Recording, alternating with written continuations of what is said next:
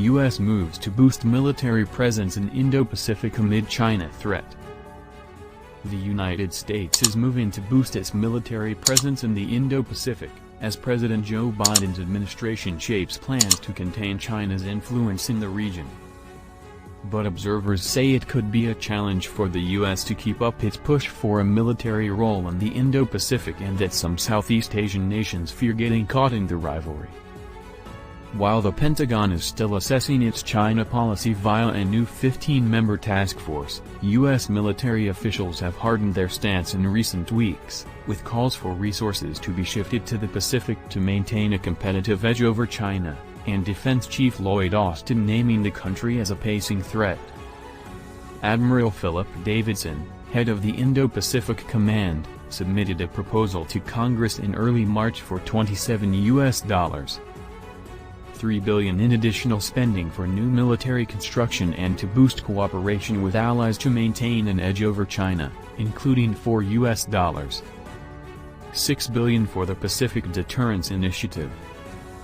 On Thursday, Major General Richard Kaufman, director of the U.S. Army's Next Generation Combat Vehicle Cross-Functional Team, said modern armored vehicles would be needed should a land war with China erupt in the Pacific.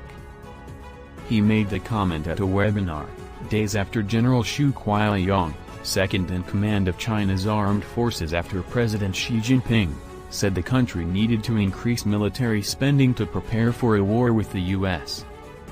It's not just about tanks, though China's got plenty of them, 7,000 tanks and 3,000 infantry fighting vehicles, 10,000 vehicles that will be decisive if we are not there, Kaufman said at the webinar hosted by the Center for Strategic and International Studies.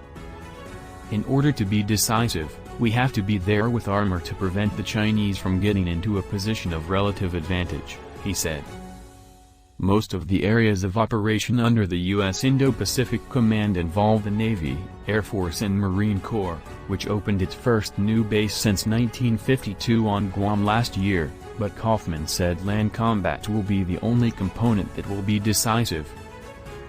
His remarks came a day after Davidson, outgoing head of the Indo-Pacific Command, warned that the U.S. was losing its military edge over China in the region. The White House has nominated Admiral John Aquilino, head of the U.S. Pacific Fleet, to take over the Indo-Pacific Command, which covers 36 countries and is described as the single most consequential region for America's future in the Pentagon's 2019 Indo-Pacific Strategy Report. Kashish Perpiani, a research fellow with the Observer Research Foundation, a think tank in New Delhi, said the recent remarks by U.S. military officials were encouraging, especially for those who were concerned the Biden administration would shift its emphasis away from the Indo-Pacific.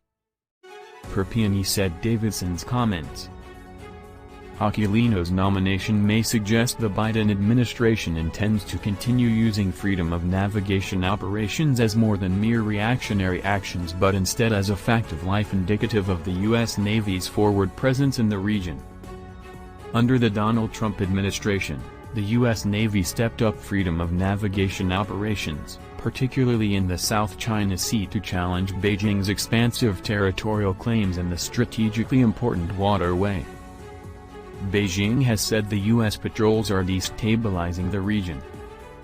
According to Perpiani, Davidson's push for extra funds for the region suggests the Pentagon may be seeking to shore up U.S. credibility ahead of the coming summer of the U.S. Navy's contest with Chinese fleets in the South China Sea. He also said it would be a challenge for the U.S. to sustain a policy-level push for its military role in the region, not only in face of the decline in the political currency of American internationalism, but also in view of the Biden administration's intent to cooperate with China on a range of global governance issues, from climate change to nuclear non-proliferation. Renato de Castro, a professor of international studies at De La Salle University in Manila, noted that while Davidson's plan involved reinforcing the U.S. military presence in Guam and Palau, it also stressed the need to increase ground-based weapons along the First Island chain. The term is used by China to refer to an area linking Japan, Taiwan and the Philippines that Beijing regards as an important barrier of defense, especially against the U.S. military presence. De Castro also said there were concerns within Southeast Asia about nations getting caught in the middle of the rivalry between the US and China.